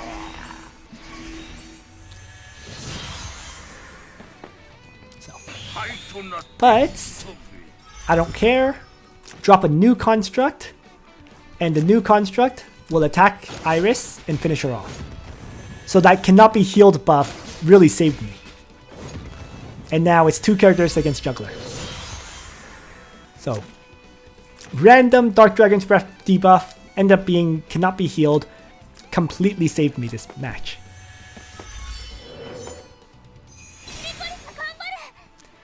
And now I just start using Dark Despair to heal up my characters and also apply terrain effects.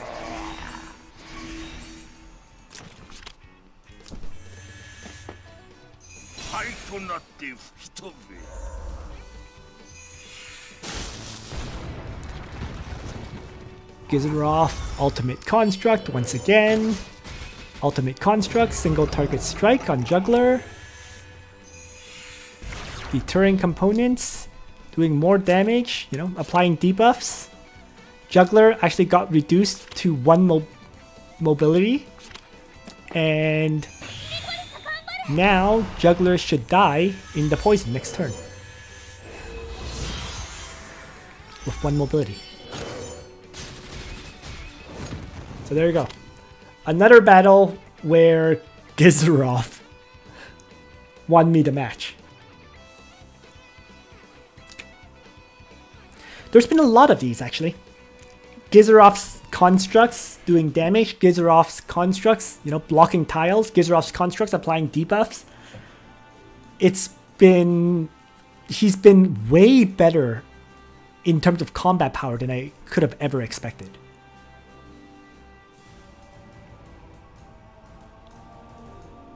But you can see bit by bit my strategies are kind of changing and improving.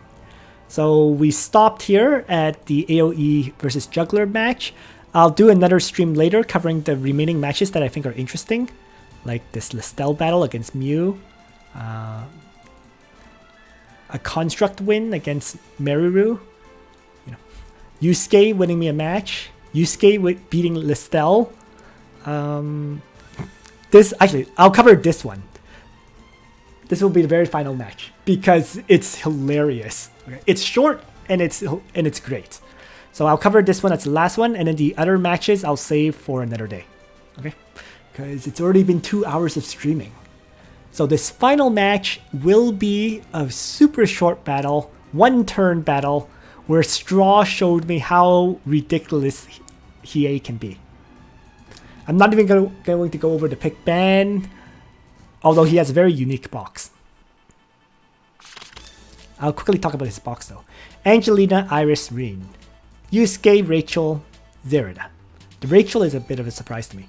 Landius, Waller, Ares, Chris, Hiei, Imelda, and Knight of Mysteries, Jugler, and Dehalt. Very weird box. Like, when I looked at this box, I was wondering who the heck is running this? I couldn't understand why anyone would run such an odd box like this. But it ended up being Straw, and I ended up letting him play the following party. Rachel, Jugler, Landius, Hiei, and Imelda. Okay, so 2 tanks, Rachel, Hiei, and Imelda. He picked Hiei first, pretty much. So I was focused on banning buffers for Hiei, and he ended up, yeah. And so, here's an... So, first, I move up my Landius, and he starts by using Queen's Whip on Hiei right away. So with this, Hiei has 5 movement. So I'm like, okay, he has 5 movement, he moves here, then 1, 2, 3, 4, 5. I'll be safe, right? I looked at this as, you know, I was safe from Hiei. So Hiei could only attack Landius, so I'm like, whatever. So I just move Bozo back for now and have him faction buff. And look at this. Hiei uses Dragon of Darkness Flame, act again, and he actually moves up 1 extra tile to attack my Yusuke. And kills him off. And I just run away. So I was like, what? How did he move up 11 tiles instead of 10? Well, one thing that I completely forgot about Hiei is that he actually gets +1 mobility from his when you use Dragon of Darkness Flame. So Dark Dragon gives +1 mobility as well as all the other effects. So what ended up happening was Imelda gives 2 mobility from the whipping, right? So that gives him 5 mobility. Then his Dragon of Darkness Flame gives him another mobility for 11 mobility in total. And that 11 mobility, running Backstab and Sword of Darkness Flame, let him charge in and just assassinate, break my last rights and assassinate my character. So yeah, interesting box on his side. Much more surprising than I would have thought. Very unexpected box for me, but hey, it works for him. More power to him. And that will be it for today's stream. Okay. So I'll mark the other videos as videos or as battles to cover in another stream. Maybe tomorrow. Okay.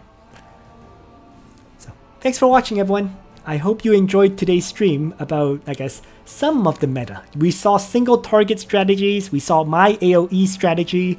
We saw Straw with his unique box, for example. So it shows like Season 5 Apex has allowed for a lot more strategies. Yep. Have a good one, everyone. And Nitro out.